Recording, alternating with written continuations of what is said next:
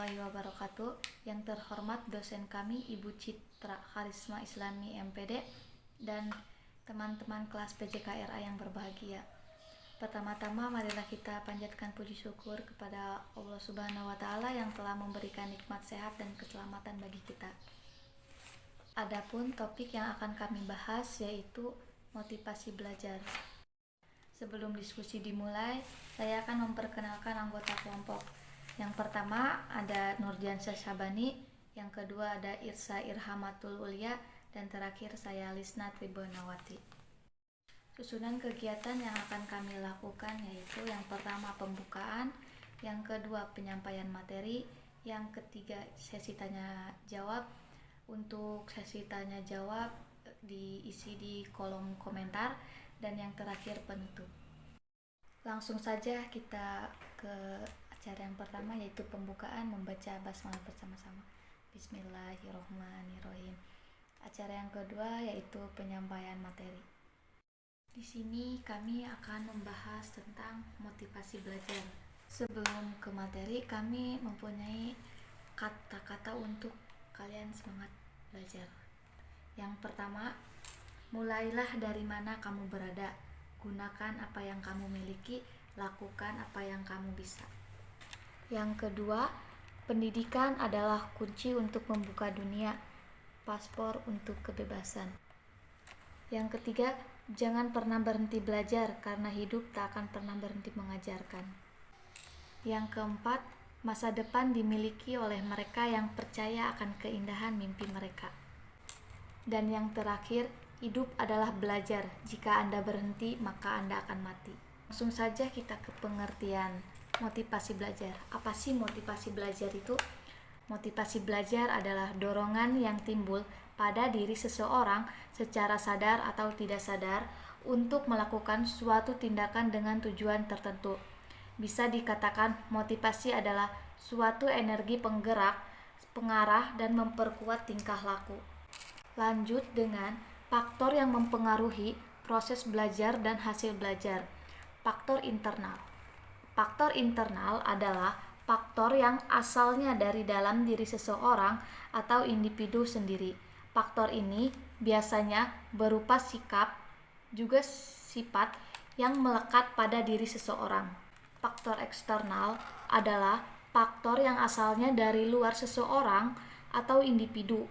Faktor ini meliputi lingkungan di sekitar termasuk orang-orang terdekat. Macam-macam motivasi belajar. 1. Motivasi intrinsik. Menurut Saiful Bahri, motivasi intrinsik yaitu motif-motif yang menjadi aktif atau berfungsinya tidak memerlukan rangsangan dari luar karena dalam diri setiap individu sudah ada dorongan untuk melakukan sesuatu. Sejalan dengan pendapat di atas dalam artikelnya Siti Sumarni,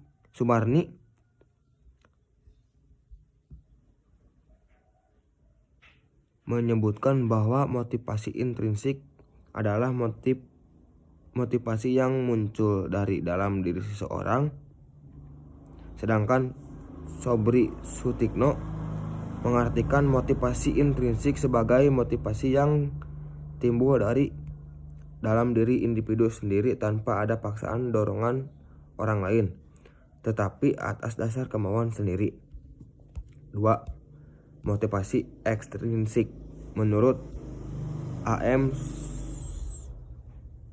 Sardiman, motivasi ekstrinsik adalah motif-motif yang aktif dan berfungsinya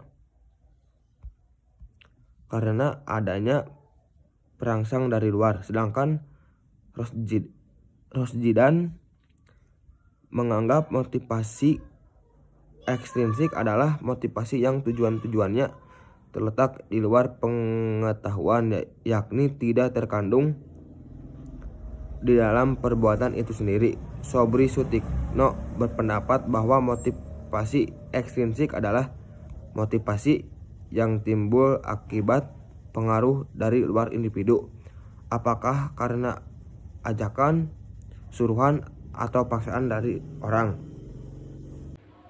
Nah, selanjutnya di sini ada ciri-ciri perubahan tingkah laku dalam pengertian belajar. Perubahan yang pertama itu perubahan yang terjadi secara sadar. Ini berarti bahwa seseorang yang belajar akan menyadari bahwa terjadinya perubahan itu, atau sekurang-kurangnya ia merasakan telah terjadi adanya suatu perubahan dalam dirinya. Misal, ia menyadari bahwa pengetahuannya bertambah, kecakapannya bertambah, kebiasaannya bertambah. Jadi perubahan tingkah laku ini terjadi karena mabuk atau dalam keadaan tidak sadar, termasuk perubahan dalam pengertian belajar karena orang yang bersangkutan tidak menyadari akan perubahan itu. Yang kedua itu ada perubahan belajar dalam bersifat kontinu dan fungsional. Sebagai hasil belajar, perubahan yang terjadi dalam diri seseorang berlangsung secara kesinambungan. Dia akan menyebabkan perubahan berikutnya dan akan berguna bagi kehidupan atau proses belajar berikutnya. Misal, jika seorang anak menulis, maka ia akan mengalami perubahan dari tidak dapat menulis menjadi dapat menulis. Perubahan ini berlangsung hingga kecakapan menulis menjadi lebih baik dan sempurna. Perubahan yang ketiga yaitu perubahan dalam bersifat positif dan aktif. Dalam perbuatan belajar, perubahan-perubahan itu senantiasa bertambah dan tertuju untuk memperoleh sesuatu yang lebih baik dari sebelumnya.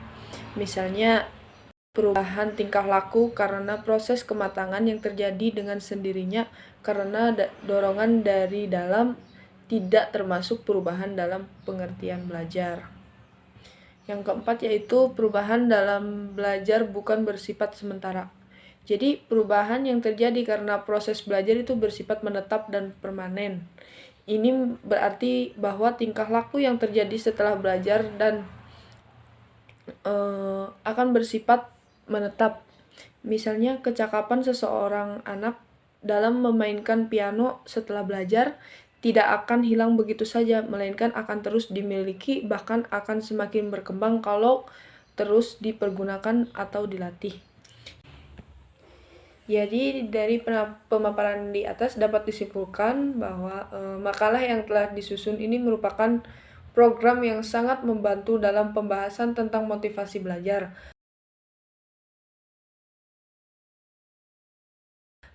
Didapat di lingkungan masyarakat. Proses yang mempengaruhi proses belajar dan hasil belajar ada dua, yaitu intrinsik dan ekstrinsik. Bila kebutuhan intrinsik dan ekstrinsik terpenuhi, proses dan hasil belajar bisa dicapai sesuai dengan harapan. Cara belajar juga memiliki 3 tipe, yaitu visual, auditori, dan kinestik. Bila kita mengetahui cara belajar yang lebih kita gemari, kenyamanan dalam belajar mungkin akan didapat. Mungkin cukup sekian yang dapat kami sampaikan. Kurang lebihnya kami meminta maaf. Billahi taufiq wal hidayah. Wassalamualaikum warahmatullahi wabarakatuh.